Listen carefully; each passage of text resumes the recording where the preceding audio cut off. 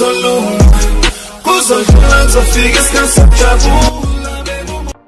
Wala bafethu, shabu kunjani? Ngithembe ukuthi nigrand, ngithembe ukuthi niyaphila. Makuthi-ke usanda kusijoyina ku-channel, please ngicela wenze nje okulungile, ulike i-video, usubscribe ku-channel. Okunye okubaluleke kakhulu, ciphiza i-notification bell ukuze mangifaka i-video uthole i-notification. Lokho konke bafethu akudli ngisho i-send kuwena bafethu. Transfer news noma ngithi transfer rumors ngizobhekela nje kuma-clubs okuyiwona engasho ngithi iwona amakhulu e-South Africa, noma ngithi kwi-Betway Premiership, of which lawo ma-clubs i-Kaizer Chiefs ne-Orlando Pirates. Yes bafethu, akukho okutheni most of the time if uza isikhathi sewindi lama-transfers Kaizer Chiefs ne-Orlando Pirates kuba nabadlali abaningi abasuke belinkwa both Orlando Pirates ne-Kaizer Chiefs, but-ke lokho njengamanje akwenzeki. Maybe Orlando Pirates abadlali baningi isayine kakhulu kwi-previous window ne-Kaizer Chiefs futhi abadlali baningi, khona ngisho-ke abadlali abangakazi balithole ithuba. Singabala oShinga,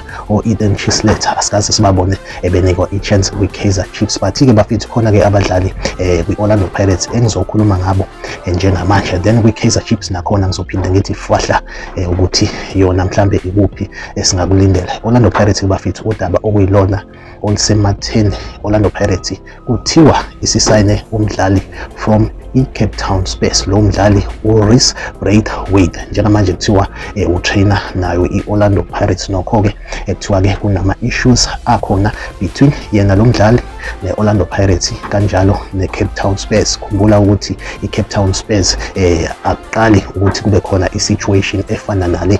Kunabadlali kwi-Kaizer Chiefs u-Arsenal Velabayi no-Luke Bateman. i-Kaizer Chiefs basayinile abadlali kwawukuthi i-Cape Town Spurs igweva nama-clearance abo. So no-Rhys ngala kwi-Orlando Pirates isifo esifanayo, i-situation efanayo. i-Cape Town Spurs ayikayidedeli i-clearance ukuthi usengakulungela ukuthi engakwazi ukuthi adlale kwenye i-club. Yes, yena ukwi-free agent, but i-Cape Town Spurs ayikayidedeli i-clearance yakhe sekuyo i-Orlando Pirates. According to u-SABC noma ngithi intatheli yaka-SABC uMazola J Molefe uveze indaba zokuthi i-Orlando Pirates isiphinde yabuyela back kwi-Stellenbosch FC ifuna umdlali oyi-striker.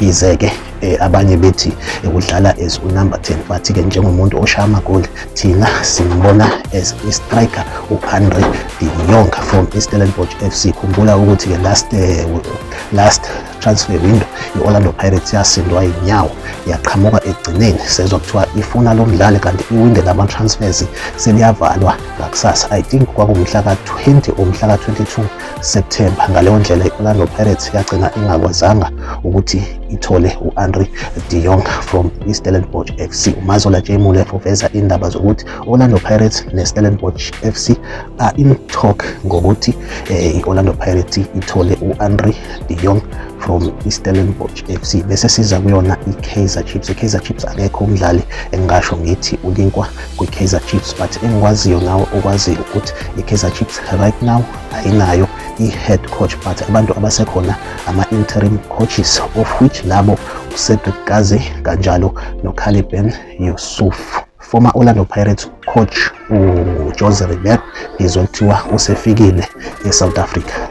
Hayi ukuthi ngizwe, ngibonile ukuthi usefikile eSouth Africa. Khumbula ukuthi-ke uJose Riveros njengamanje akanayo i-club ayicoachayo. i-Kaizer Chiefs ayinaye ucoach engasho ngithi uyi-head coach. Jose Riveros kuvela indaba zokuthi khona ithimu azoyiqeqesha la eSouth Africa. Ngifisa ukwazi ukuthi kuthini ukubhala kwakho. Awubukele video le engizoshiya la, then bese uyakhomenta kwi-comment section wena indlela ubona ngayo after ukubona le clip le engizokushiya nayo. Bafethu ngibonge ithuba okwamanje, ngivumele ngithi nje bye bye, sihlangabezane kwi-video elandelayo. Hey everybody, behind me, looking out at Johannesburg City, look who it is. Coach Riveros, how are you? I'm all right. How are you, Thomas? Very good, Coach. So let's take a walk. Let's take a walk and let's catch up with you a little bit. So, Coach, tell me, what's it like? You looked out at the city there. What's it like to be back? To be honest, I'm feeling really excited to be here. It's always nice to be back, and it's one city that I was missing for a while now. It's been 6 months away from Joburg, and yeah, really happy to be back. What do you miss the most? The people, obviously.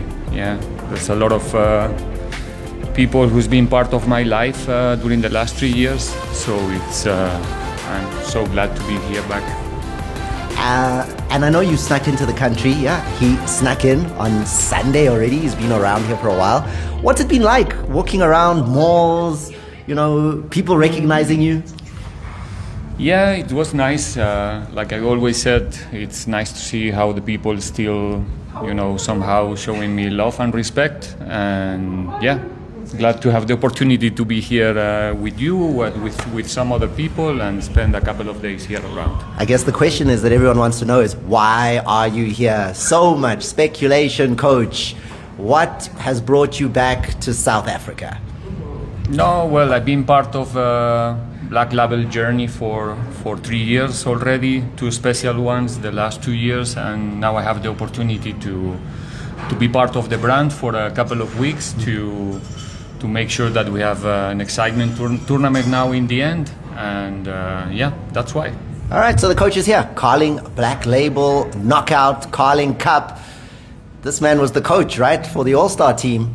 It's going to be some good stuff. So looking forward to spending some time with you, coach, and welcome back. Thank you, Thomas.